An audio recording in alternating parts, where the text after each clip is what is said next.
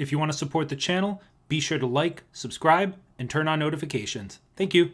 What's up, everybody? Tricks Ridiculous back with another video, and I had to put this one out because we just got a major information drop from the Suicide Squad Kill the Justice League dev Q&A that they just did in their Discord, mostly focused around endgame and post-launch content. So if that's what you're interested in, you want to stay up to date on all things Suicide Squad, be sure to like this video and subscribe to the channel. But let's jump right into it. So the first thing they did reveal as a teaser this image here for their first piece of post-launch content, right? And they titled it with the caption, "The Daily Planet is undergoing a makeover." So you can see here we got Harley Quinn, and it's very clearly Joker themed, right? So leading me to believe that this first post-launch DLC is going to be the Joker. Right now, obviously, I'm not going to speculate anything past that because we know, being in the same universe as the Arkham series, the Joker from the Arkham series is dead. So how we get the Joker back, I'm not going to speculate on, but I think it goes without saying that this is definitely Joker themed, possibly Joker even as a playable character, wink wink. So we'll see how that goes, but really just an awesome image, and just so excited to see if they reveal anything more on this on episode 3 of The Insider. The other things I wanted to kind of bring through were just a couple of crazy things that they talked about in the actual Q&A Discord. So they did talk about endgame missions. Really, 2 types is what they teased. And they really said that these missions are going to have a focus on mastery. Their philosophy in these missions was just mastery of your character, mastery of your traversal, mastery of your gunplay, your abilities. You really are going to have to be totally in a complete understanding and in a zen of how your character works to complete these high-level missions. The first type are called incursion missions, where they're describing them almost like an escape mission. You're kind of aboard, Brainiac's domain, if you will, and you essentially have to fight your way through the forces and make it back to the city. So I don't know, kind of like a strike, kind of like a dungeon. We'll have to see if there's any specific mechanics, but that's just one of the end game types, and I'm guessing there's going to be kind of a couple of different varieties of them. It's not just probably going to be one mission. It's going to be maybe a couple of different incursion 1, incursion 2, like kind of like strikes from Destiny, something like that. And then the other, what they call the more grand, is called killing time. And this is horde mode. It's just going to be horde mode. So basically you're going to be on a timer that's kind of your protective shield, and you're just going to be battling increasingly frantic hordes of enemies. And then the more you kill, the more time you get to stay, in the mission, right? And when the clock hits 0, mission's over. So really, really cool. Going to be super excited to play both of those. We'll have to see if there's anything else from an endgame perspective, but right now I think those are good just for like an intro to endgame. Definitely horde mode is one of the most replayable pieces of endgame content that a game like this could put out. So as long as the horde mode isn't predictable, as long as it's not just the same wave over and over, the same predictable patterns of enemies, as long as it's kind of more, I don't want to say procedurally generated, but a little more randomized, where like the rounds, if you will, could be different every time, and it's just fun to replay, that could absolutely carry the end game in the short term. The other thing that they did give confirmation on is what is officially called Social Squad.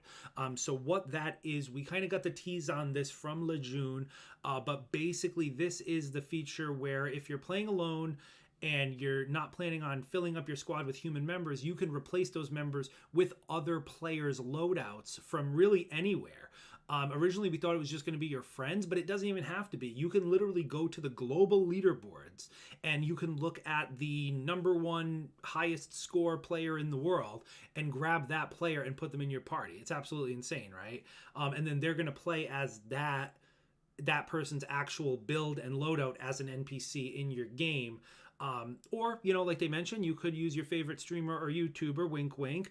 And then the way it'll work is that, the actual Social Squad mates get the actual, some of they call it a kickback, right? So we don't know. It's probably not going to be like they get as many mission rewards as you got, as the actual player. But it says the owners get a kickback if they use if their character is using someone else's squad. When they next jump in game, they'll receive a small portion of the resources and loot you've earned while playing. So you'll probably get some upgrade materials and some, potentially some loot, right? Maybe a little bit, maybe it's just all upgrade materials, but you'll get something. And obviously the more people that use your character, the more stuff you're going to get, right?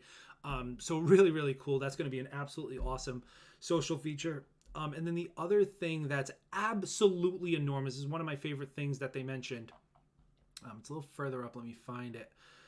Basically talking about what they call essentially the squad, if I can find it, the squad talents. Here it is. Sorry about that. So this is essentially a paragon system. This got asked basically what happens after you reach the max level in this game. What happens after you reach level 30?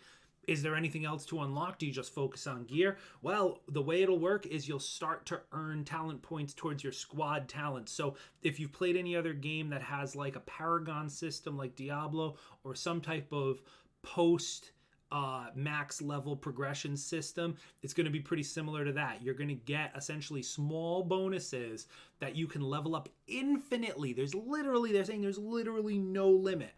You can level them up infinitely, and they'll give kind of specific mechanic upgrades. Maybe it'll be like, a percentage of hand cannon damage, of a pistol damage, or a percentage of crit damage, right? Things like that. But every point you're going to get something else.